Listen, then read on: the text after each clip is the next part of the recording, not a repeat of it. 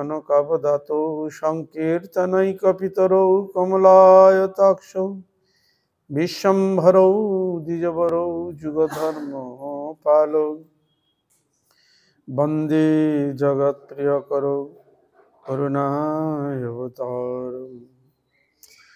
राधाचिन्तानिवेशेन जस्य कान्तिविलोर्पिता श्रीकृष्णचरणं वन्दे राधालिङ्गितविग्रहम् महाभावस्वरूपितं कृष्णप्रियाभरीयसी प्रेम भक्ति प्रदे देवी राधे कीर्तनम्यहम् वृन्दावै तुलसी वै प्रिया वै केशवस्य च कृष्णा भक्ति प्रदे देवी सत्यवत्यै नमो नमः नारायणं नमस्कृत्य नरं चैव नरोत्तमं देवीं सरस्वतीं व्यासं ततो जयमुदीरयेत् तमादिदेवं करुणानिधानं तमालवर्णं सुहितावतारम् अपार संसार समुद्र सेतुं भजामहे प्रभुपादे रत्न शतकम् हरे कृष्ण कृष्ण कृष्ण हरे हरे हरे राम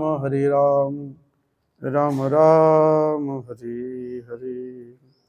যাহার করুণায় ভগবত করুণা লাভ হয় परमाराध्यतम जगद्गुरु नित्यलीला प्रविष्ट शिल भक्ति वेदांत बाउन गोसाई गुरु महाराज पाठक गोसाई गुरु महाराज भक्ति प्रज्ञान केशव गोसाई ठाकुर सपार्षद भक्ति सिद्धांत सरस्वती गोसाई ठाकुर गौर किशोरदास बाजी महाराज भक्ति ठाकुर जगन्नाथ दास बाजी षड गोस्वामी सपरिकर गौर नित्यानंद सपार्ष राधा विनोद बिहारी गोविंद गोपीनाथ ज्योतोदय परिकर बिंद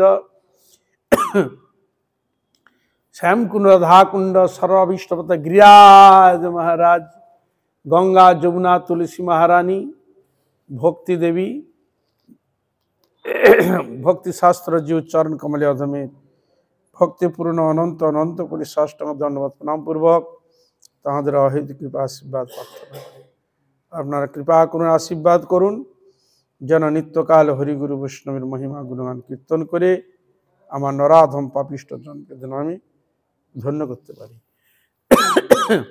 হইয়াছেন হইবেন প্রভুর যত দাস সবার চরণ বন্ধ দন্তে করি হাস।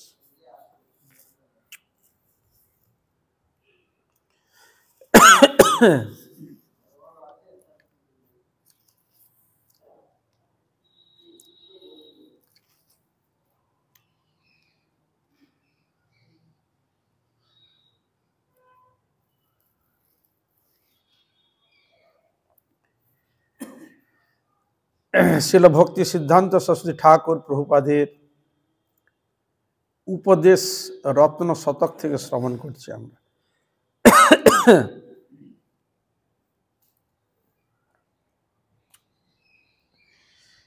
তিনি বলছেন মহান্ত গুরুদেবকে ভগবান হতে অভিন্ন ভগবানের প্রকাশ মূর্তি না বললে কোনোদিন ভগবানের নাম মুখে উচ্চারিত হবে না।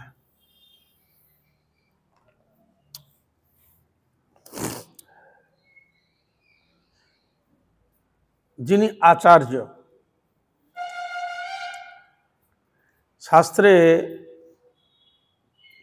তাকে বলা হয়েছে শিল বিশ্বনাথ চক্রবর্তীপাদ এই গুরুদেব সম্বন্ধে বলতে গিয়ে সেখানে তিনি বলছেন সাক্ষাৎ হরিত্বেন সমস্ত শাস্ত্রই রুক্তস্তথা ভাবতএব সদ্ভি কিন্তু প্রভুর য প্রিয় এব তস্য বন্দে গুরুশ্রী চরণারবিন্দ।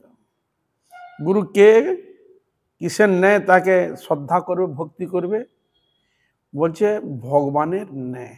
ভগবানকে যেন তুমি শ্রদ্ধা করো ভক্তি করো সেরকম গুরুদেবকে এরকম শ্রদ্ধা ভক্তি করবে। কি জ্ঞানে না শ্রীকৃষ্ণই আমার মতো বদ্ধজীবকে কৃপা করার জন্য তিনি গুরু রূপে বা আচার্য রূপে তিনি আমাকে কৃপা করতে এসেছেন। আরো প্রমাণ পাওয়া যাচ্ছে জীবেরও নিস্তার লাগি নন্দসুত হরি ভুবনে প্রকাশ পান গুরু রূপ ধরি।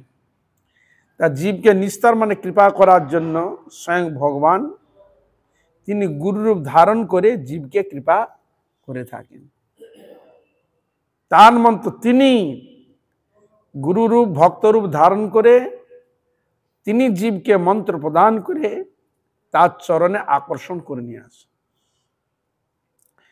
এই জন্য বলছেন তাকে ভগবান শ্রী গোবিন্দের নিত্য পরিকর এবং ভগবদ্বৈত অভিন্ন এরকম জেনে এবং ভগবানের প্রকাশ মূর্তি এরকম যদি আমরা না ভাবি, এরকম যদি আমাদের ভিতরের মধ্যে শ্রদ্ধা ভক্তি জ্ঞান যদি না থাকে, তাহলে আমাদের মুখে ভগবানের নাম উচ্চারিত হবে না। ভগবানের কৃপা যে নামের মধ্যে রয়েছে সে কৃপাকে আমরা উপলব্ধি করতে পারবো না। কেন না, গুরুদেবকে যদি তুমি মনুষ্য জ্ঞান করো বা সাধারণ আমার মতো ব্যক্তি যদি মনে করো, তাহলে তুমি গুরুর কৃপা থেকে বঞ্চিত হবে। তাই উপনিষদে আরো বললেন, যস্য দেবে পরাভক্তি যথা দেবে তথা গুরু তস্যৈতে প্রকৃতা ঝট্টা প্রকাশন্তে মহাত্মন। যার ভগবানের প্রতি যেরকম শ্রদ্ধা অনুরাগ ভক্তি, ঠিক ওই রকম ভক্তি গুরুদেবের প্রতি। এরকম ভক্তের হৃদয়ে ভগবান শ্রী গোবিন্দ তার অপ্রাকৃত বস্তু তত্ত্বকে হৃদয়ে প্রকাশ করে যান, তাকে তিনি তত্ত্ব জানান, তাকে তার হৃদয়ের মধ্যে ভক্তিভাব জাগ্রত করে তার মঙ্গল তিনি করে থাকেন। ভিতরে যদি আমাদের শ্রদ্ধা ভক্তি যদি না থাকে তাহলে হবে না। তাই আরো বললেন গোস্বামীগণ, গুরুকে মনুষ্য জ্ঞান না করো কখন। গুরুকে যদি তুমি মনুষ্য জ্ঞান করো তাহলে তুমি ভগবানের কৃপা থেকে বঞ্চিত হবে। তখন তুমি হয়তো প্রশ্ন করতে পারো, গুরু তো আমার মতো মানুষ, আমার মতো খায় দেয়, আমার মতো সব কিছু তো, আমার আচরণ মতো সবকিছু দেখি, তার মতো কোনো তফাৎ দেখিনি, তাহলে আমরা তাকে এভাবে তাকে মানে চামড়ার দৃষ্টিতে জড় দৃষ্টিতে তাকে দেখবে না, তাকে কোন দৃষ্টিতে দেখ, ভক্তি দৃষ্টিতে। ভগবান যখন এসেছিলেন এই জগৎ যখন লীলাবিলাস করেছিলেন, কি রূপ এসেছিল? কোনো স্পেশাল রূপ নিয়েছিল কি? আমাদের মতো দেখতে, আমাদের মতো সবকিছু তিনি করছেন, অর্জুনের সঙ্গে তার রথের পরিচালনা করছেন, কিছু স্পেশাল কিছু দেখতে পেয়েছিল? তার মাথায় ছিল ময়ূরের মুকুট, গায়ে তার কিছু মূল্যবান জিনিস, তার সবাই কি তাকে ভগবান বলে জানতে পেরেছিল? পারেনি। যদি পারতেন, গীতায় ভগবান বলছেন তো, অবজানন্তি মাং মূঢ়া মানুষিং তনু আশ্রিতম। আমি মনুষ্যের মতো রূপ ধারণ করে এসেছি বলে এ মূঢ় ব্যক্তিগণ আমাকে জানতে পারে না, চিনতে পারে না। বুঝতে পেরেছ? আমাকে জানতে পারে না, বুঝতে পারে না। তাহলে তিনি এসেছে তাকে সবাই জানতে পেরেছিল? পারেনি। সেরকম ভগবান তিনি ভক্তরূপে যে কৃপা করছেন, তাকে যদি এরকম ওই ভগবানকে তার মনুষ্যবত অস্বীকার কি আর করছে, স্বীকারই করছে মনুষ্য বলে, সেরকম তার ভক্তকে যদি এরকম মনুষ্য জ্ঞান করে তাহলে কৃপা পাবে না। এই বিষয়ে ভগবানই তাই বলেছিলেন অর্জুনকে। দেখো, সাধারণ মানুষ যেরকম জন্মগ্রহণ করে পিতা মাতাকে কেন্দ্র করে যেরকম জন্মগ্রহণকে পৃথিবীতে ভূমিষ্ঠ হয়, কিন্তু আমার সেরকম জন্ম কিন্তু এরকম নয়। তাই তিনি বলেছেন, জন্ম কর্ম চমে দিব্যম মে এবং যো ব্যক্তি তত্ত্বতঃ তত্ত্বাদেহ পুনর্জন্ম নৈমিতি মাবিতে অর্জুন। হে অর্জুন, আমার জন্ম, আমার কর্ম ক্রিয়া সম্পূর্ণ অলৌকিক। আমার এই তত্ত্ব জানে যিনি, পুনর্জন্ম নমিত্যতে, তার আর পুনর্জন্ম হয় না। তাহলে বুঝা গেল? তাহলে আমরা কোন দৃষ্টিতে দেখব ভগবানকে বা ভক্তকে? কোন দৃষ্টিতে? ভগবানের নিজেজন, তার এক স্বরূপ জ্ঞানী তাকে দেখব। তা এইরকম যদি জ্ঞান করে যদি আমরা তাকে দেখি, শ্রদ্ধা করি, ভক্তি করি, তাহলে ভগবানের কৃপা অবশ্য আমি পাবো। আর তুমি যদি ভগবান, তুমি তো মানুষ আমার মতো, তার ভক্তও মানুষ আমার মতো, তাহলে তুমি তাহলে কোন দৃষ্টিতে ভক্তি? মনুষ্য দৃষ্টিতে? তাহলে হবে না, অপ্রাকৃত দৃষ্টিতে তাকে দেখতে হবে। পিতা মাতাকে যদি সাধারণ মানুষ দেখলে হবে, তাকে গুরু রূপে দর্শন করতে হবে। পিতা মাতাকে কুরূপে, গুরু রূপে। তিনি আমার জন্মদাতা মা, তিনি আমার জন্মদাতা পিতা।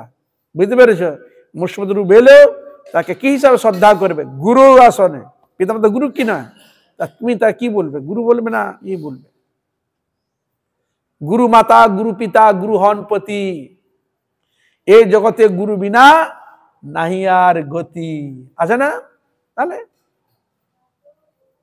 গুরু ব্রহ্মা গুরু বিষ্ণু গুরুদেব মহেশ্বরঃ গুরুদেব পরম ব্রহ্ম তস্मै শ্রী গুরবে নমঃ। তাহলে বুঝা গেল? হরে কৃষ্ণ। হ্যাঁ, এই জন্য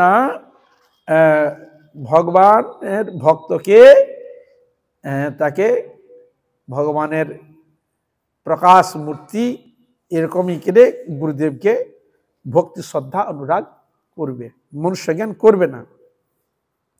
ছিল ভক্তি সিদ্ধান্ত ঠাকুর প্রভুপাদ তিনি কি বলতে যাচ্ছেন? বলে যারা এরকম গুরুদেবকে ভগবানের অপ্রাকৃত প্রকাশ মূর্তি বলে দেখেন না, তাহলে তাদের মুখে ভগবত নাম উচ্চারিত হয় না, ভগবত কৃপা থেকে তারা বঞ্চিত হয়। আর যারা কোন তারা ভগবানের কৃপা পায়, এই হলো বলার বক্তব্য। তিনি শ্রুতির মর্ম বুঝতে পারেন, বলছে যার গুরুদেবের প্রতি এবং ভগবানের প্রতি যেরকম শ্রদ্ধা ভক্তি রয়েছে ভগবান অভিন্ন মূর্তি রূপে, তখন তিনি বলে তিনি শ্রুতির মর্ম বুঝতে পারেন। শ্রুতি মানে বেদ, বেদের অপর নাম শ্রুতি। আগে শুনে শুনে বেদ হৃদয়ের মধ্যে ধারণ করত। তার শ্রুতি মানে বেদের তাৎপর্য কে বুঝতে পারে না? যার ভগবানের প্রতি যেরকম ভক্তি, গুরুদেবের প্রতি ঠিক সেরকম অভিন্ন রূপে তাকে যিনি দেখেন, তিনি এই তত্ত্ব শ্রুতির অর্থ বুঝতে পারেন। এবং যার গুরু ও ভগবানে অভিন্ন বুদ্ধি আছে, গুরু ও ভগবান হইতে অভিন্ন, এরকম যার জ্ঞানের মধ্যে রয়েছে। এই জন্য মহাজনগণ কীর্তন করেছেন, সেখানে বলা হয়েছে প্রেম ভক্তি যাহা হইতে অবিদ্যা বিনাশ যাতে বেদে গায় যাহার চরিত। যা হইতে আমরা প্রেম ভক্তি লাভ করতে পারি, যা হইতে কৃষ্ণ সেবা লাভ করতে পারি, এহেন গুরুর মহিমা, অপ্রাকৃত গুরুর মহিমা বেদ আদি শাস্ত্রে তার কীর্তন করেছেন, মহিমা কীর্তন করেছেন। বেদে গায় যাহার চরিত। শ্রী গুরু করুণা সিন্ধু অধম জনার বন্ধু লোকনাথ লোকের জীবন। তিনি করুণা সিন্ধু, তিনি করুণা করে আমাদের আচার আচরণ শিখিয়ে ইষ্ট মন্ত্র প্রদান করে আমাদের ভগবত ভজনে আমাদের নিযুক্ত করেন, ভগবত চরণে ভক্তি প্রদান করেন, গোবিন্দের চরণে আকর্ষিত করেন। এই বলছেন লোকনাথ, মনুষ্যের কৃপার জন্য যিনি প্রতি মুহূর্তে প্রতি ক্ষেত্রে চিন্তন করছেন, ভগবানের কাছে কৃপা প্রার্থনা করছেন, জীবের প্রতি করো কৃপা, দয়া করো। অর্থাৎ গুরু ছাড়া আমাদের কোনো গতি নেই। এই জন্য শাস্ত্র বললেন গুরু কৃপাহি কেবলম, গুরু কৃপা ছাড়া আমাদের গতি নেই। গুরু কৃপা যার প্রতি হয় তিনি সবকিছু পারেন। গুরুপাদ পদ্মে যার রহে নিষ্ঠা ভক্তি, জগৎ তারিতে সেই ধরে মহাশক্তি। গুরুপাদ পদ্মে যার নিষ্ঠা ভক্তি অনুরাগ রয়েছে, তিনি জগৎকে উদ্ধার করার ক্ষমতা রাখেন। এই জন্য বললেন গুরুকে মনুষ্য জ্ঞান না করো কখন, গুরু বৈষ্ণবকে মনুষ্য জ্ঞান করবে না।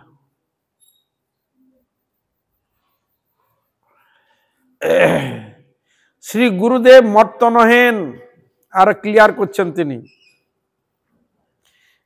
মানে গুরুদেব সাধারণ এই জগতে যেরকম মনুষ্য মতো, তিনি মনুষ্য নহে, দেখতে মনুষ্যের মতো কিন্তু মনুষ্য নন। সেরকম ভগবানকে দেখতে মনুষ্যের মতো, তিনি মনুষ্য নন, এই জন্য আলাদা। এই জন্য শাস্ত্রে বলছেন ভালো করে জেনে বুঝে যদি বিচার করো তাহলে আমাদের ভুল হবে না। আমরা কি ভুল করি?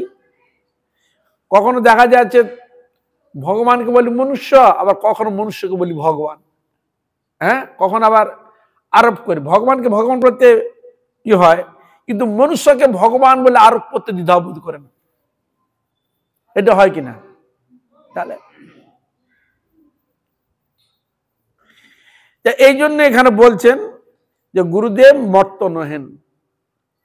তাদের জন্ম বৃত্তান্ত, গুরু বৈষ্ণব জন্ম বৃত্তান্ত একটি সুন্দর দার্শনিক শাস্ত্রে বিচার দিয়েছে। বলে দেখো, মাতৃগর্ভে চোর গুন্ডা বদমাশে মায়ের একই গর্ভের মধ্যে ভালো মন্দ সব রকমই আসে, জন্মগ্রহণ করতে হয়, একটাই গর্ভ থেকে, তো একই পিতা একই মাতা, আসে কিনা? তা উদাহরণটা কি? বলছে বিড়াল যখন সন্তান প্রসব করে তখন ওই বিড়ালকে এক জায়গায় রাখে না, বাচ্চাগুলোকে এক জায়গায় রাখে না, ওরা কি মানুষের মতো ধরে নিয়ে যায় নাকি? কি করে? ওই মুখ দিয়ে বাচ্চাগুলো দেখবে আজ ওখানে রেখেছে, ওইখান থেকে আবার ওই উনি চলে গেছে, ওখান থেকে আবার এক জায়গায় নিয়ে চলে যায়। কি করে নিয়েছে? হাতে করে নাকি? হ্যাঁ, যেমন আমার বাঁদর দেখি, ও বাচ্চাগুলো তো মাকে ধরে থাকে, হুনমানও তাই ধরে থাকে না, বাচ্চা পেটের মধ্যে ধরে থাকে। ওই বিড়াল বাচ্চাকে ধরে থাকে মাকে ওরকম ভাবে না। কিভাবে ধরে নাচ্ছে? ওই গলার ঘাড়ে ধরে ওই মুখেই কামড়িয়ে নিয়ে যাচ্ছে তাকে। কিন্তু চেঁচাচ্ছে কি? বাচ্চাগুলো ম্যাঁ করছে, চেঁচাচ্ছে না, ও ঠিক চলে যাচ্ছে। কিন্তু ওই মুখে যখন একটা ইঁদুর ধরে কি করে? সে তখন ছটপট ছটপট করে মারা যায়। তাহলে ওই মুখে সন্তানকে নিয়ে যাচ্ছে তুলে এইখান থেকে ওখানে, বাচ্চা কোথাও কোনো দাগ বসে না, রক্ত পড়ে না, কিছু না, ওই একই। আবার ওই মুখে আবার যখন ইঁদুর ধরে তখন কি হচ্ছে? হরে কৃষ্ণ, রক্ত ফক্ত বাড়িয়ে একবার অবস্থা তাকে মেরে দিচ্ছে তাকে। বোঝা গেল? তাহলে ওই বিড়াল যেমন তার মুখ দিয়ে সন্তানকে নিয়ে যায়, সন্তানের যেমন ক্ষতি হয় না, সেরকম একই মাতৃ গর্ভের মধ্যে ভক্তও জন্মগ্রহণ করে আসেন, আবার সাধারণ মানুষের মতো জন্মগ্রহণ করে আসেন। তার দুইটা দেখতে একই রকম হলেও তাই এখানে যেমন তফাৎ দেখতে পাচ্ছি, ঠিক সেরকম ভক্ত যখন আসেন এরকম তফাৎ। অর্থাৎ ভক্ত যখন আসে তখন মাতৃদেবকে কোনদিন কষ্ট দেয় না, কষ্ট, প্রসব কষ্ট তাকে প্রদান করেন না, তার ভিতরের মধ্যে ভক্তির ভাব জাগ্রত করে। ওই ভক্ত সন্তান যখন মাতৃগর্ভে যখন আসে তখন ওই মা ওই ভক্তের প্রভাবে সবসময় তার মন গোবিন্দের দিকে থাকে। বুঝা গেল? হরে কৃষ্ণ। খেতে বসতে চলতে ফিরতে ওই সন্তান যতক্ষণ আছে ওই মা তখন ভগবানের চিন্তনে স্মরণে সবসময় নিজেকে ডুবিয়ে রেখে দেয়। কার প্রভাব? ওটা মায়ের প্রভাব না সন্তানের প্রভাব? ভক্ত সন্তানের প্রভাব। কার সন্তানের? সন্তানের প্রভাব প্রকাশ হয়। মা তো সেরকম তার শক্তি ক্ষমতা আছে বলেই তো ভক্তকে তিনি ধারণ করেছে। হরে কৃষ্ণ, এ বিষয়ে তো সন্দেহ নেই। কিন্তু ভক্ত যে এসেছে তার প্রভাব ওর মধ্যে প্রকাশিত হয়। হরে কৃষ্ণ। যেমন দ্রব্য শক্তি আছে সেরকম ভক্ত শক্তিও প্রকাশ। তার দুইজনই ভক্ত, মায়ের মধ্যে শ্রদ্ধা ভক্তি পরিপূর্ণ, আর ওই যে সন্তান ভক্ত আছে তার মধ্যেও ভক্তি পরিপূর্ণ। এই জন্য ওই ভক্ত যখন আসে মাতৃগর্ভে তখন মা বিচিত্র বিচিত্র স্বপ্ন দেখে, বিচিত্র স্বপ্ন, আধ্যাত্মিক ভক্তি, শুভদৃষ্টি, শুভক্ষণগুলো প্রতি মুহূর্তে সেগুলো অনুভব করতে থাকেন। বোঝা গেল? হরে কৃষ্ণ। কিন্তু সাধারণ মানুষ যখন জন্মগ্রহণ করেন তখন মা খুব কষ্ট পায়, সন্তান গর্ভে থাকলেও তিনি সুখ অনুভব করতে পারে না, দুঃখ কষ্ট অনুভব হয়, আর হলেও সেগুলো বোঝা যায় কাঠখোট্টা। বোঝা গেল? হরে কৃষ্ণ। হ্যাঁ, এই জন্য ভক্তের যে জন্ম সাধারণ যে মনুষ্যের জন্ম এক নয়, অনেক তফাৎ। ভক্ত এসে যে এখানে ভক্ত হলো তা নয়, তার ভক্ত বৃত্তিকে নিয়ে এসেই হাজির হয়েছে। কি বুঝলে? হরে কৃষ্ণ। এখানে আমাদের পড়াশোনা করে তবে করতে হয় তো, আর ভক্ত আগে সে ভক্তিকে নিয়েই জন্মগ্রহণ করেছে। বুঝলেন? ভক্তি বৃত্তিকে নিয়ে সে এসেছে, সংস্কার নিয়ে সে এসেছে। এখান থেকে আবার সে তার মধ্যে যে জিনিসটা আছে সে ভাব প্রকাশ করে। বলে এই লোকটা খুব ভালো। কি করে ভালো বুঝলো? না তার সাধারণ মানুষের থেকে কিছু তার বিশেষ বৈশিষ্ট্য। বুঝলেন? হরে কৃষ্ণ। কিছু লোকের মঙ্গলের ভাব বলে আমাদের থেকে তার অনেকটা। কি দেখে? না তার কার্যকলাপ দেখে। সেরকম তিনি যে ভক্ত হয়েছেন সেটা কি দেখে বুঝবে? তার মধ্যে ভক্তি, শ্রদ্ধা, অনুরাগ, ভগবানের প্রতি যে ভক্তি, ভালোবাসা, অনুরাগ সে ভক্তের মধ্যে অটুট থাকে। তবে ভক্ত তার প্রভাবকে ঈশ্বর ইচ্ছায় একটা সময়ের প্রতীক্ষা রাখে তার সবটাকে প্রকট করার জন্য।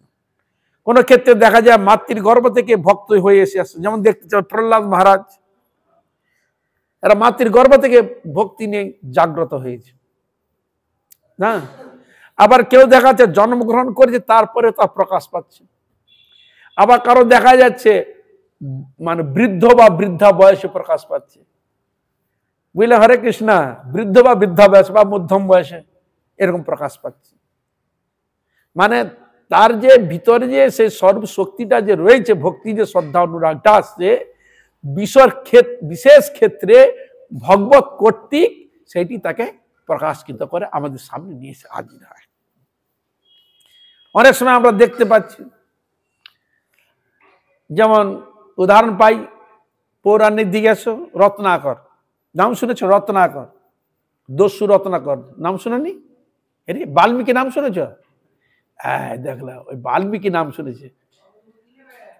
রত্নাকর না হচ্ছে ওই বাল্মীকির আগের নাম ছিল রত্নাকর। ওর না রত্নাকর কি ছিল? রত্নাকর দস্যু, ডাকাত ছিল, চুরি করতো, ডাকাতি করতো। ওই রাস্তা দিয়ে যারা যেত ও ছিনি নিয়ে সব চলে যেত, বুঝতে পেরেছ? তা একদিন নারদ এসছে কৃপা করবে বলে, এসে ওকে ধরেছে, এই বাবা দে, কি আছে দে। তখন বলছে তুমি যে এত মারপিট করে ডাকাতি করে নিচ্ছ, এত তোমার পাপ হয়, এই পাপের ভাগ কে নিবে? তোমাকে এই কষ্ট ভোগ করতে হবে। এই কথোপকথন চলছে ওই বাল্মীকি। তখন বাল্মীকি হয়নি, তখন তার হচ্ছে রত্নাকর নাম। তো বলে কেন এই যে আমি ডাকাতি করছি, মারকাটা করছি, যা পাপ টাপ যা হবে, এই পাপ পয়সা নিয়ে যা কিছু সংগ্রহ করি সব তো আমার বাড়িতে সকলে খায়, তা সবাই নেব পাপের ভাগ। আমাদের এই ধারণা কি না যে পাপ করে হোক, চুরি করে হোক, ডাকাতি করে হোক, যা করে হোক, সংসারে যা কাজ সব পাপের ভাগই হবে, সবাই ভাগ নিবে, মানে বাটাবাটি হবে। নারদ ঠাকুর বলছে না, ও কি তোমাকে বলেছে তুমি একটু মার কাট করে নিয়ে এসো? কি হরে কৃষ্ণ, কিন্তু বলেনি। তা তুমি তো স্বইচ্ছা এটা করেছো, তা তোমার পাপের ভাগ সে নিবে গেল। বলো সাধু বাবা তুমি খুব চালাক, পাপের ভয় দেখে তুমি আমাকে ফাঁকি দিয়ে পালাবে না। আচ্ছা, তোমার যদি এটা অবিশ্বাস হয় তা তুমি এখানে কোথাও আমাকে বেঁধে রেখে দাও, যেটা করলে ভালো হয় করো, এবার বাড়িতে কিন্তু জিজ্ঞাসা করে আসো। তখন উনি কি করলেন, ওই গাছের মধ্যে ভালো করে তাকে বেঁধে দিয়ে ওই বাড়ি থেকে বলতে গেছে। মাকে বললো, মা আমি যে যেরকম চোর ডাকাতি করে অর্থ যে পাপের পয়সা নিয়ে আসি, এই অর্থ থেকে যে আমার ইনকাম করতে যে পাপ আদি হয়, সে পাপের ভাগ তুমি নিবে তো? তখন বলছে আমি কেন নেব? আমি কি তোকে বলেছি যে চুরি ডাকাতি করে নিয়ে? আমি ভাবলাম সৎভাবে নিয়ে আসিস, তাহলে তোর হাতে খাওয়াই যাবে না, এরকম করে নিয়ে এসছিস, তুই দুঃখ দিয়ে নিয়ে এসছিস, তখন তো ফেসে গেছে। তুই যখন ছোট ছিলি তখন আমরা তোকে লালন পালন করে বড় করেছি, এখন আমরা বৃদ্ধ বা বৃদ্ধ হয়েছে, মানে বয়স হয়েছে, এখন তুই দেখবি এখন তো ছেলের মতো আমরা তা আমাদের লালন পালন করবি। তোকে বলেছি ডাকাতি করে নিয়ে, স্ত্রীকে বলেছে, বলে আমি নেবো না, দেখুন ফেসে গেছে। তখন বলে সাধু বাবা তুমি ঠিক বলেছ, আর বুঝতে পারিনি। ওই তখন উনাকে এই ভজনের উপদেশ দেয়। এই ভজন উপদেশ তখন রামমন্ত্রের দীক্ষা নিয়ে এমন ভাবে তিনি এক জায়গায় বসে ভজন করলেন, পুরো গায়ের মধ্যে ওই যে মাটি তুলে না, কি বলে উই উই উই, সংস্কৃতকে বলা হয় বলবিক, বুঝা গেল? আমরা যাকে উই বলি, উই পোকা, ওগুলো বড় হলে ঝোড়ো পোকা হয়, উড়ে না, ওই ঝড় বৃষ্টি হলে উড়ে বেড়ায়, হয়ে ওই মাটি তুলে দেবে, অনেক মাটিও তুলে না এরকম উঁচু উঁচু হয়ে যাওয়া, অনেক জায়গা দেখবে এই সময় দেখতে পাবে বড় বড়। তা ও বসে ভজন করছে, তো গোটা গায়ে উই ঢিপি হয়ে গেছে। না যখন এসে দেখলেন ভজন করছে, এরকম সাধন করছে, আরে তুই দেখছি এই অবস্থা, তখন ওই ছিল মজ্জাগত প্রাণ, যতক্ষণ হার্ট ঠিক থাকতো ততক্ষণ ঠিক আছে। ওই তখন উনি ওই কমণ্ডলু জল দিয়ে করে পরিষ্কার করে তখন দিব্য রূপ ধারণ করলেন। তখন উনাকে বললেন তুমি রামায়ণ লেখো। তখন উনার নাম হয় বাল্মীকি। বুঝা গেল? তাহলে ওর আগের নাম ছিল দস্যু রত্না, ও দস্যু ভিত্তিক নাম ছিল দস্যু রত্নাকর। তাহলে দেখো ও বাল্মীকি নাম শুনেছে, দস্যু তুমি নাম শুনেনি, তাহলে শুনলে বুঝতে পেরেছে? এই হলো ঘটনা। তা বলার তাৎপর্য তাহলে তিনি এরকম ছিলেন কিনা, হ্যাঁ? তাহলে নারদ ঠাকুর কৃপাতে সে হয়ে গেলেন মহর্ষি বাল্মীকি। রামায়ণ লিখলেন, ভগবান রামচন্দ্র তখন আসেনি, 60,000 বছর পূর্বে লেখা হয়েছে। তিনি যা বলেছেন আর রাম তাই আগে সেইগুলো করে গেছে, যা লিখেছেন তাই সেই ঘটনাগুলো ঘটেছে। তার চিন্তা করো কিরকম তিনি লেখক, চিন্তা করো। তার এই জন্য তার প্রকাশ এখন পেল। হ্যাঁ, তাহলে আমাদের ভিতরের মধ্যে ভক্তিবৃত্তি রয়েছে, কিন্তু ওই ভক্তিবৃত্তি যে জাগবে সেরকম এক যে প্রকাশ করার যে ব্যাপারটা, সেটা যতক্ষণ না সঙ্গ প্রাপ্তি না হচ্ছে ততক্ষণ হয় না। তাহলে এতদিন কেউ তার প্রকাশ করেনি, এই নারদের কৃপাতে তার প্রকাশ হয়ে গেল। বুঝা গেল? হরে কৃষ্ণ। তখন প্রকাশ হয়ে গেছিল, ঝট করে প্রকাশ হয়ে গেছে। এই জন্য আমাদের কার মধ্যে কি ভক্তিবৃত্তি রয়েছে আমরা কি জানি? জানি না। কিন্তু সৎসঙ্গ করতে করতে, হরিকথা শ্রবণ করতে করতে, গীতা ভাগবত আলোচনা করতে করতে দেখবে তোমার ভিতরে আগে যে অনুরাগ, যে ভাবটা ছিল, এই গীতা ভাগবত সৎসঙ্গ করতে করতে তোমার ভিতরের মধ্যে একটা ভক্তি ভাব প্রকাশ হয়ে গেছে। কিসের দ্বারা? এই সৎসঙ্গের দ্বারা। তাহলে জাগছে। এই জন্য শাস্ত্রের দৃষ্টান্ত, আমাদের মধ্যে ভক্তি জাগ্রত রয়েছে, বিশেষ সন্দেহ নাই, কিন্তু চাপা থাকে, তাকে যে প্রকাশ করবে সেরকম আমরা সঙ্গ পাই না। বুঝা গেল? সেরকম সঙ্গ পেলে তাড়াতাড়ি কাজ হয়ে যায়, আর যতক্ষণ আছে সঙ্গ ততক্ষণ চুপ থাকে, প্রকাশ হয় না। উদাহরণ দিচ্ছে, এই মায়ের এখন তো আমরা গ্যাস হয়েছে রান্না, আগে তো কাঠে রান্না হতো, কয়লায় রান্না হতো। তা কলায় যখন রান্না হয়, রান্না করার পর দেখো যখন উনুন যখন ব্যবহার করে দেখো ছাই চাপা পড়ে, ছাই যে সাদা হয়ে গেছে, হয় না? উনের মধ্যে পুরো কি হয়, ছাই পড়ে সাদা। যখন আগুন দেখা যায়? দেখা যায় না, কিন্তু আগুন আছে। কি করে বুঝবেন? যদি হাওয়া দেওয়া যায়, হাওয়া দিলে ছাই উঠে চলে গেল, আর পুনরায় আগুন প্রকাশিত হয়। বুঝা গেল? সেরকম আমাদের ভিতরের মধ্যে ওই ছাই চাপার মতো ভক্তি চাপা পড়ে থাকে। হরে কৃষ্ণ। যখন ভক্তরূপ কোন সাধু যে হাওয়া দিবে, সে ভক্তি কথা, সৎসঙ্গের কথা যখন বলবে, তখন ভিতর থেকে আমাদের ওই ছাই উড়ার মতো উড়ে গিয়ে ভক্তি প্রকাশিত হয়। অগ্নি যেরকম প্রকাশ হয়, সেরকম ভক্তি তখন প্রকাশিত হয়। এরকম ভাবে তখন এবার ধীরে ধীরে তখন তার মন, তখন আর অন্যদিকে যাবে না। তখন মন, একটু গীতা পড়বো, একটু কোথায় সৎসঙ্গ হচ্ছে, কোথায় মন্দির আছে, কোথায় হরি কথা হচ্ছে, তখন তার মন ওই সৎসঙ্গ করার জন্য, ওই কথা শ্রবণ করার জন্য তার হৃদয়ের মধ্যে এই ভাব প্রকটিত। বুঝা গেল? হরে কৃষ্ণ। হ্যাঁ, তা এই জন্য বলা রয়েছে এখানে,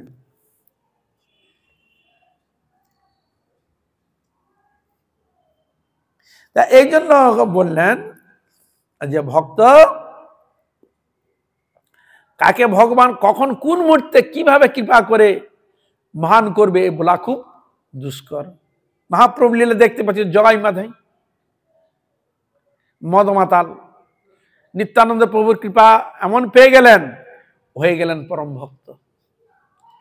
আরো দেখতে পাচ্ছি লক্ষ্যহীরা, নাম শুনেছ? লক্ষ্যহীরা হরিদাস ঠাকুরকে তার ভজন থেকে চ্যুত করার জন্য একজন জমিদার তাকে পাঠিয়েছিল। তাকে 3 রাত ওই হরি নাম শ্রবণ করিয়ে তার মনকে চেঞ্জ করে দিয়েছিলেন। লক্ষ্যহীরা মানে একজন বারবনিতা, তিনি হরিদাস ঠাকুরের মুখে হরি কীর্তন শ্রবণ করে তার পূর্বের যে ভাবনাগুলো ছিল সবকিছু দূরীভূত হয়ে তিনি হয়ে গেলেন পরম বৈষ্ণবী, পরম বৈষ্ণব হয়ে গিয়েছিলেন। এরকম তার উদাহরণ বহু শাস্ত্রে আদি মানে এরকম উদাহরণ ধরনের বহু রয়েছে। এরকম তো মহাপ্রভুর লীলা এইসব উদাহরণগুলো রয়েছে। এই জন্য বললেন শ্রী গুরুদেব মর্ত নহেন, আর কি অনিত্যও নহেন, তিনি নিত্য। আমরা যে রয়েছে আমাদের মধ্যে নিত্য বস্তু কোনটা আর অনিত্য বস্তু কোনটা? হরে কৃষ্ণ, আমরা তো রয়েছি, তা আমার মধ্যে নিত্য বস্তু কোনটা অনিত্য বস্তু কোনটা? আমার মধ্যে দুটোই আছে। বললেন হরে কৃষ্ণ, নিত্য বস্তু আছে অনিত্য বস্তু আছে। তাহলে নিত্য বস্তু কোনটা? যেটা আত্মা, এটা হচ্ছে নিত্য বস্তু। অনিত্য বস্তু কোনটা? এই জড় শরীর। যা গেল হরে কৃষ্ণ।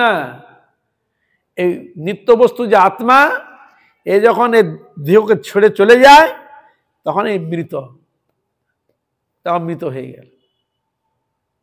এখন জীবিত কেন? না ওই আত্মাটাই একে জীবিত করে রেখেছে। এই জন্য আমি চলতে পারছি, কথা বলতে পারছি, সবকিছু।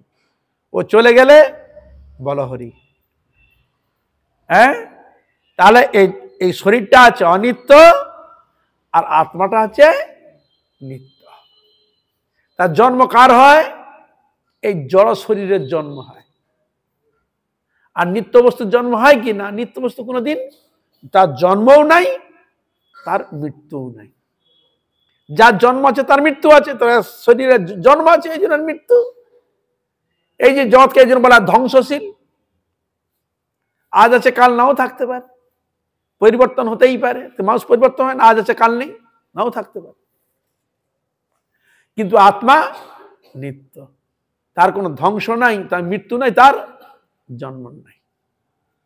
এই জন্য গীতাতে তার অবতারণ করা হয়েছে কি? নৈনং ছিন্নন্তি শস্ত্রাণি নৈনং দহতি পাবকঃ ন চৈনং ক্লেদন্তপো ন শশয়তি মারুত। অস্ত্রের দ্বারা তাকে ছেদন করা যায় না আত্মাকে। তা কি বস্তু চিন্তা করুন। হ্যাঁ, জলে তাকে ভেজানো যায় না, আগুনে তাকে পুড়ানো যায় না, বাতাসে সার তাকে শুষ্ক করতে পারে না। কি বুঝলেন? তাকে পুড়ানো যায় না, বায়ু তাকে শুষ্ক করতে পারে না, জল তাকে ভেজাতেও পারে না, অস্ত্র তাকে ছেদন করতে পারে না। ইহানো বস্তু, তার পরিবর্তন কি? তার তখন সেখানে বলছে বাসাংসি জীর্ণানি যথা বিহায় নমানি গিরিনাতি নরোপরানি তথা শরীরানি বিহায় জীর্ণা নন্নানি সংজাতি নবানি দেহি। যেমন বস্ত্র পুরনো হয়ে গেলে, ছিঁড়ে গেলে তোমরা কি করো? ফেলে দিয়ে নতুন বস্ত্র করো। সেরকম এই আত্মাটা দেহতে এলো, তাহলে এই একটা বডি নিয়ে এসছে, আবার এই বডিকে ত্যাগ করে দিয়ে আর একটা বডিকে নিয়ে চলে আসে। নিতাই গৌর প্রেমানন্দ। বুঝা গেল? হরে কৃষ্ণ। একটা নতুন মানে বডিটাকে চেঞ্জ করে। এরকম বডি চেঞ্জ করার উদাহরণ কোনো আছে কোনো প্রাণীর? বলে হ্যাঁ, সাপ। সাপকে দেখেছো কোনোদিন খোলস ছাড়ে? বিশাল খোলস পড়ে থাকে, দেখেছ? হরে কৃষ্ণ। বিশাল খোলস ছাড়ে, ওই খোলসটা ছেড়ে দেয়, একটা পুরনো আর একটা নতুন খোলস নিয়ে বেরিয়ে চলে আসে। হরে কৃষ্ণ। তা এই জন্য আত্মা দেহ পরিবর্তন করে মাত্র, কিন্তু তার জন্মও নাই, মৃত্যু নাই। তাহলে আমি অজর অমর। এই জড় শরীরে আমি অমর নই, এই আত্মাটাই হচ্ছে অমর। তা এই জন্য এখানে বলছেন যে গুরুদেব মর্ত নহেন। তাহলে এখানে কি জড় শরীরের বিচার চলছে? জড় শরীরে না, ওই অপ্রাকৃত বস্তুর বিচার। তিনি যখন স্বরূপের যখন ওই নিয়ে আসেন, তারপরে বলো গুরুদেবের আত্মাটাই হচ্ছে গুরুদেব আর শরীরটা গুরুদেব নয়, না, তখন তার পুরো অবয়ব এই স্বরূপটাকেই প্রকাশ করছে। বুঝা গেল? হ্যাঁ, এই জন্য বলছেন তাহলে গুরুদেব তিনি মর্ত নহেন আর অনিত্যও নহেন, তিনি নিত্য। জীব যেমন নিত্য, ভগবান যেমন নিত্য, সে গুরুদেব তিনিও নিত্য। মানে এখন আছে আর থাকবে না তা নয়। তা গুরুদেব যখন আমাদের মতো সামনে যখন ছিলেন তখন গুরুদেব এখন নেই, মানে সে গুরুদেব নেই নাকি? কৃষ্ণ যখন এসেছিলেন আমাদের সঙ্গে যখন তার দেখেছে কথা যখন নেই, তারপরে সে কৃষ্ণ নেই না, আছে। তাকে যদি দেখতে হয় সাধন ভজন এবং তার অশেষ কৃপা প্রয়োজন, নচেত তাকে চেনা যায় না। সেরকম কৃষ্ণ যখন যে সবাই তাকে চিনতে পেরেছিল, পারেনি। দুর্যোধন কি তাকে দেখেনি? না অন্যান্য কেউ তাকে দেখেনি? দেখেছে। কিভাবে দেখেছে? মনুষ্য জ্ঞানে দেখেছে। হরে কৃষ্ণ। কিন্তু ভীষ্মদেব, কৃপাচার্য, দ্রোণাচার্য, হ্যাঁ, বিদুর, তারা কিভাবে দেখেছে? ভগবান তার সেইভাবে ভক্তি তাকে দেখেছে। যুধিষ্ঠির, ভীম, অর্জুন, নকুল, সহদেব, কুন্তি আদি এরা ভগবান রূপে দেখেছে তাকে। এই জন্য তারা সেইভাবে তাদের কৃপা আদি সবকিছু পেয়েছেন, দেখেছে, জেনেছে। কিন্তু আমরা যদি দুর্যোধনের মতো হই তাহলে তো আপনি কিছুই দেখতে পাবেন না। হরে কৃষ্ণ। ওই ভাবনা যদি থাকে, ওই ভগবান কাছে এলেও ও ভগবান দেখবেন না তাকে। তা এই জন্য এইসব তত্ত্ব সিদ্ধান্ত সৎসঙ্গের দ্বারা তখন আমরা এই রহস্যগুলো জানতে বা বুঝতে পারি। তিনি কৃষ্ণ হতে দাস রূপে ভিন্ন হলেও কৃষ্ণের অভিন্ন প্রিয় বস্তু। তিনি আবার বলছেন তিনি কৃষ্ণ হতে দাস রূপে ভিন্ন, কৃষ্ণ দাস হতে ভিন্ন হলেও কিন্তু কৃষ্ণের অভিন্ন প্রিয় বস্তুকে গুরুদেব, মানে ভগবানের অত্যন্ত প্রিয়, খাস কামরার লোক। ভগবান নিজেই নিজের সেবা শিক্ষা দিবার জন্য গুরুরূপে অবতীর্ণ হয়েছে, মানে নিজে নিজের শিক্ষা দেওয়ার জন্য গুরুরূপে অবতীর্ণ হয়েছে। এই জন্য শাস্ত্র অবতারণা হয়েছে। নিজ আচরি ধর্ম জীবের শেখায়, আপনি না কইলে ধর্ম শেখানো না যায়। আমি যদি শিক্ষা নাই দিই, ওরা শিখবে কোথা থেকে? ওরা জানবে কোথা থেকে? ওরা বুঝবে কোথা থেকে? এই জন্য ভগবানকে জীবকে শিক্ষা দেওয়ার জন্য জগতে আসতে হয়। এই জন্য মহাপ্রভু এলেন শিক্ষা দেওয়ার জন্য। নিজে ত্রিসন্ধ্যা মন্ত্র জপ, সদ্গুরু পদাশ্রয়, একাদশী ব্রত পালন, তুলসী মন্দির আদি ভগবানের প্রতি ভক্তি শ্রদ্ধা করা, ভক্তের সঙ্গে শ্রদ্ধা কিভাবে করতে হয় সব কিছু আচরণ, শাস্ত্র বেদান্ত নিখিল শাস্ত্রের তাৎপর্য হৃদম, যা কিছু জিনিস মহাপ্রভু তার আচরণের মাধ্যমে তিনি দেখিয়েছেন। এই জন্য গোস্বামীগণ বলেছে যারা মহাপ্রভুর সেই তত্ত্ব সিদ্ধান্তে যিনি প্রতিষ্ঠিত, তিনি সেই কথাকে যিনি মানেন বা নিজের জীবনে আচরণ করেন, তার মুখেই এই মহাপ্রভুর কথা যথার্থ রূপে শোভা পায়। হ্যাঁ, আনন্দদায়ক বলে অনুভব হবে, কৃপা বলে অনুভব হবে। যদি আমরা মহাপ্রভুকে যদি না মানি, তার আচরণকে যদি না স্বীকার করি, আমরা যদি নিজের স্বেচ্ছাচারের মতো নিজের মতকে পোষণ করি, তাহলে মহাপ্রভুর প্রিয় পাত্র আমরা কোনোদিন হতে পারব না, কৃপা থেকে বঞ্চিত হব। এই জন্য সেখানে শাস্ত্র বলা হয়েছে গোরার আমি মুখে বললে নাহি চলে। আমি গোরার এটা মুখে বললে হবে না। তার কি না, গোরার আচার গোরার বিচার লইলে ফল ফলে। গোরার আমি মুখে বললে নাহি চলে, গোরার আচার গোরার বিচার লইলে ফল ফলে। যদি গোরার আমি গোরা মুখে বললে হবে না, যদি গোরার বিচার গোরার আচরণকে যদি নেন, তাহলে মহাপ্রভুর যে আচরণের মধ্যে তার মধ্যে কি রস কি কৃপাদি রয়েছে তাকে আপনি উপলব্ধি করতে পারেন। লইলে ফল ফলে, তখন ওই ফলটা উপলব্ধি করা যায়। বুঝা গেল? তাহলে ওইটাই পেতে গেলে আমার ভিতরের মধ্যে তো অনুরাগ থাকা চাই। প্রাপ্তির জন্য মন সেরকম ক্ষেত্র তৈরি করা চাই, তবে ওই বস্তুকে আমি উপলব্ধি করতে পারবো, নিতে পারবো। যদি আমার মধ্যে ওই বস্তুকে নেওয়ার যদি ইচ্ছা না থাকে, তার আমি গ্রহণ করবো কি করে, দিব কি করে? এই জন্য নির্ভর করছে আপনার রুচি, শ্রদ্ধা, ভক্তির উপর প্রত্যেকটা জিনিস নির্বাণ করছে। এই জগতে অনেক তো জিনিস আছে, অনেক ভালো ভালো জিনিস আছে, বহু কিছু জিনিস আছে। যে যেরকম রুচির ভাবনার লোক সেরকম রুচির ভাবনা ধরে। বাজারে গেছে, কেউ তো তার জিনিস খুঁজে, কেউ আবার দেখছে যাদের মদিরা পান করে, মদিরা তো সামনে নিয়ে বসে না, সে কোথাও জঙ্গলের ভিতর, ঠিক সে জঙ্গলে চলে গেছে, তা সে ওই রসের ব্যক্তি, সে খুঁজে খুঁজে বের করে নিয়েছে। হরে কৃষ্ণ। তার দোকানে তো অনেক কিছু আছে, ভারতে সব রকম জিনিস আছে। যে যেরকম রুচিবান ব্যক্তি, যার যেটা প্রয়োজন সে জিনিসটা গ্রহণ করে। যে বস্তুটা আমরা সামনে দেখতে পারেন, লোকালিটির বাইরে থাকে, তা সে ওই রুচির লোক, সে ওখানে গিয়ে সংগ্রহ করে। হরে কৃষ্ণ। কিন্তু দুধ কেনার জন্য ওই জঙ্গলের ভিতরে যেতে হয় না। হরে কৃষ্ণ। দুধ আমরা বাড়ির কাছে চলে আসে, দুধ নেবে গো, দুধ নেবে গো, ব্যক্তি পাওয়া যায় না। কিন্তু ও একটা এমন একটা বস্তু, হ্যাঁ, ওই জঙ্গলে গিয়ে নিয়ে আসতে হয়। কি হরে কৃষ্ণ, গোপনে গিয়ে খেতে হয়, কিন্তু সেখানে চলে যায়। তা কিসের উপর? রুচি ভাবনা, এরপর প্রত্যেকটার জন্য। আমরা যদি মহাপ্রভুকে ভালো লাগে, তখন আমি মহাপ্রভুর নাম গুণগান কীর্তন, মহাপ্রভু আচার আচরণ, আমি সে জিনিস আচরণ করার চেষ্টা করবেন, সে বস্তু বুঝার চেষ্টা করবেন। যদি এটা ভালো না, তখন আপনার অন্যদিকে মন যেখানে সেটা আপনার ভালো লাগবে, তখন আপনি সেই দিকে যাবেন, সেই দিকে মনোনিবেশ করবেন, সেই দিকে আপনার ভাবকে তৈরি করবেন, সেইভাবে আপনি সঙ্গ করবেন। হ্যাঁ, তার এই জন্য বললেন গোরার আচার গোরার বিচার লইলি ফল ফলে।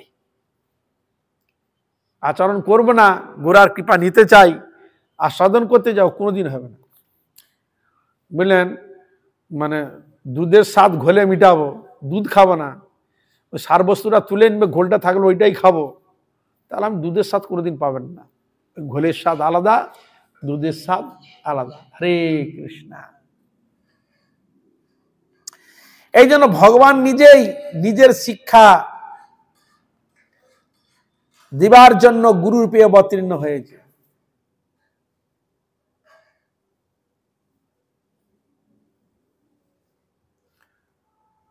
এই জন্য একটা কীর্তনে সেখানেও বলেছেন,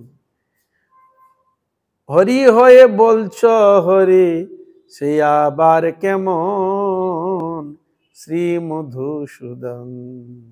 তুমি হরি হয়ে বলছ হরি, সে আবার কেমন। ও নিজে হরি, আবার সে হরি হরি করছে। কাকে শিক্ষা দিচ্ছে? হরি হয়ে বলছো হরি, সে আবার কেমন। হ্যাঁ, ভক্ত নালে তা ভগবানের কৃপা বা সবার জন্য হরি বলছে, তুমি আবার হরি বলছো কেন? হ্যাঁ, না জীবকে শিক্ষা দেওয়ার জন্য। আমি যদি না বলি, ও তো বলবে না। আমি যদি গুরু না করে, তো গুরু ধরবে না। এই জন্য মহাপ্রভু গুরু ধরলেন না। মহাপ্রভু গুরুদেবের নাম কি? দীক্ষা গুরুর নাম জানো? ঈশ্বর পরিবাদ। সন্ন্যাস গুরুর নাম কি? কেশব ভারতী। তাহলে সব নীতি গ্রহণ করেছেন। এই জন্য তিনি আচার্য। আচ্ছা, তিনি ভক্ত, আবার তিনি ভক্ত রূপে ধারণ, ভক্ত রূপে ভাব প্রকট করছেন। আবার সুতরাং কৃষ্ণ হতে বড়, কৃষ্ণের সহিত সমান করলে তার খর্বতা করা হয়। এই জন্য বলছেন ভগবান নিজে নিজের সেবা শিক্ষা দিবার জন্য গুরুরূপে অবতীর্ণ হয়েছেন। তিনি ভক্ত, সুতরাং কৃষ্ণ হতে তিনি বড়, কৃষ্ণের সহিত সমান করলে তার খর্বতা করা হয়। এটাও আর বিচার দিয়েছেন। এই জন্য কোনো কোনো ক্ষেত্রে শব্দ তিনি প্রকাশ করেছেন, আমার ভক্ত বড়। আবার তিনি বলছে আমার হইতে আমার নাম বড়, এটাও প্রকাশ করেছে। আমার হইতে আমার নাম বড়, আমার ভক্ত বড়, এটাও বলেছে। এই যে তিনি বলছে ভক্ত আমার মাতা পিতা, ভক্তই আমার গুরু, আর ভক্ত আমার নাম রেখেছে বাঞ্ছা কল্পতরু। ভক্ত আমার মাতা পিতা, এটা ভক্তের প্রতি তার স্নেহ প্রীতি দেখাচ্ছে। তিনি ভক্তকে, ভগবান কোন মা বাবা আছে নাকি? কি হরে কৃষ্ণ, ভগবান মা বাবা আছে? তিনি লীলা করার জন্য ভক্তকে মাতৃরূপে অবলম্বন করে আসেন। বুঝা গেল? ভগবানের মা বাবা নেই। তিনি যখন লীলা করতে আসেন তখন তার ভক্তকেই পিতা মাতা রূপে অবলম্বন করে জগতে লীলা প্রদর্শন করেন। ভক্ত আমার মাতা পিতা, ভক্তই আমার গুরু, আর ভক্তই আমার নাম রেখেছে বাঞ্ছা কল্পতরু। হ্যাঁ, এ ভগবত বাণী। যাই হোক, সময় তো হয়ে গেছে, দেখি ঘড়ির দিকে সব তাকাচ্ছে। আজ এখানে থাক। সকল বৈষ্ণব, সকল বৈষ্ণবী, সকল ভক্তবৃন্দের চরণে পুনঃ পুনঃ দণ্ডবত প্রণাম করত আজ এখানে রাখি।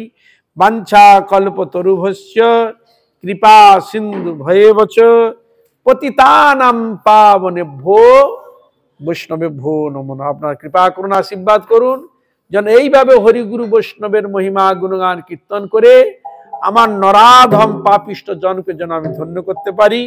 হইয়াছেন হইবেন প্রভুর যত দাস, সবার চরণ বন্ধু দন্তে করি ঘাস। জয় শ্রী রাধে। হরে কৃষ্ণ কৃষ্ণ কৃষ্ণ হরে হরে, হরে রাম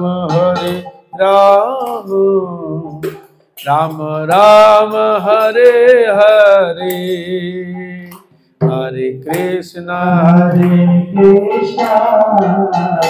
কৃষ্ণ কৃষ্ণ হরে হরে, হরে রাম রাম রাম হরে হরে, হরে কৃষ্ণ কৃষ্ণ কৃষ্ণ হরে হরে, হরে রাম রাম রাম হরে হরে, হরে কৃষ্ণ কৃষ্ণ কৃষ্ণ কৃষ্ণ হরে হরে, হরে রাম রাম রাম হরে হরে, হরে কৃষ্ণ কৃষ্ণ কৃষ্ণ হরে হরে, হরে রাম রাম রাম হরে হরে, হরে কৃষ্ণ কৃষ্ণ কৃষ্ণ হরে হরে, হরে রাম রাম রাম হরে হরে, হরে কৃষ্ণ কৃষ্ণ কৃষ্ণ হরে হরে, হরে রাম রাম রাম হরে হরে, হরে কৃষ্ণ কৃষ্ণ কৃষ্ণ কৃষ্ণ হরে হরে, হরে রাম রাম রাম হরে হরে, হরে কৃষ্ণ কৃষ্ণ কৃষ্ণ হরে হরে, হরে রাম রাম রাম হরে হরে, হরে কৃষ্ণ কৃষ্ণ কৃষ্ণ হরে হরে, হরে রাম রাম রাম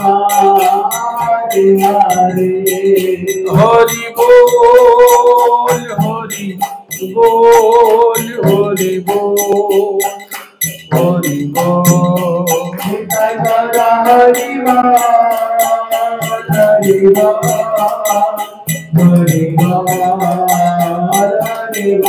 निताई गौर हरि बोल हरि बोल हरि बोल हरि बोल निताई गौर हरि